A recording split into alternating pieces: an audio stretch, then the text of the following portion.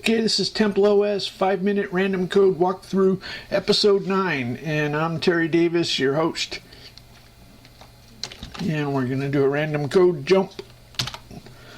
Okay, expand buffer. This is in the kernel compression routine. Basically, this is an LZW compression. There's a arc compress is a structure, and this is not the arc control. This is compress. Okay, this is the when you call compress buffer, it gives you a pointer to a chunk of memory that has the compressed data, and as part of, there's a header on that compressed data that tells the size. So if you compress data, then you probably want the size of the chunk you just got handed, and so what you do is you it's a arc compress structure, and it has compressed size and expanded size. So the only interesting thing is if you want to do a partial compress to do part of a buffer and then do some more and then do some more in multiple pieces. If you want to do multiple pieces, then you create an arc control, and well, let's see, I guess we would talk about compression. Actually, you can do compression or expansion. And how does this work? I think you have to set the finish compression.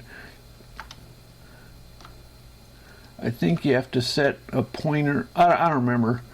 Look at it.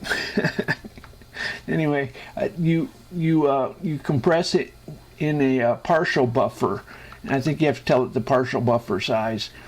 And so I just compress whole files at once. With compress buffer compresses a whole file at once, and expand buffer expands a whole file at once. It doesn't do partial. It doesn't do a stream, a pipe. It doesn't do a pipe. It doesn't do a stream. It does a whole one. And if you want to know what LZW compression is like, basically what it uses is LZW uses a table, and let me see if I remember this. Let's say you have A, B, C, C, B, A, B, C. What it does is it sticks A in a table, then it sticks B in a table. No, it builds up a string of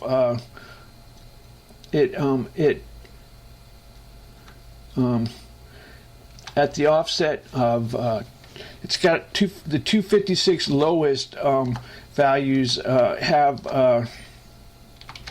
the single character, and then when it starts getting A, B, it adds an A with this adds an A with a B with a C. This adds an A with a B with a C. I don't remember. I think you get an A, B, and then you get an A, B, C in your table. It goes 12 bits. So the first 256 are single character, and then it goes up to what's 12 bits? 4096. That's the maximum table size. Each time it adds one, it adds to the previous one more letter, something like that. I don't remember.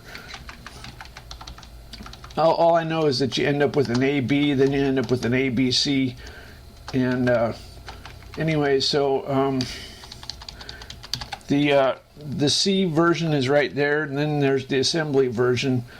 I did it in assembly just because I want it fast, even though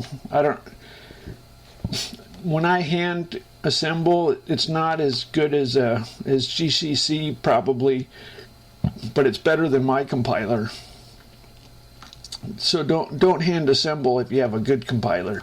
If you have my compiler, you might want to hand assemble. Anyway, there's a slight there's a trick. If it finds all characters are less than 128, then it uses. Remember, I said that first starts with 256. Well, it starts with 128, and it anyway. If all the if you only use the 7-bit ASCII, then it starts with 128 size table or something like that. So anyway, I originally did this when I worked at Ticketmaster. Somebody handed me a magazine with LZW algorithm, and this is the algorithm coded. And for Ticketmaster, I did a multiple file archive. This is just a single file, single buffer. You can use this for any buffer. It's pretty nice. I use it in a couple spots. I use it on the graphics file, the GRA file. If you had 24-bit color, you couldn't use this compression. This is good if you have 16 color, because it's byte oriented. This compression is byte oriented. Anyway, so it's good for 16 color graphics. That's 4 bits. Anyway, so that's that.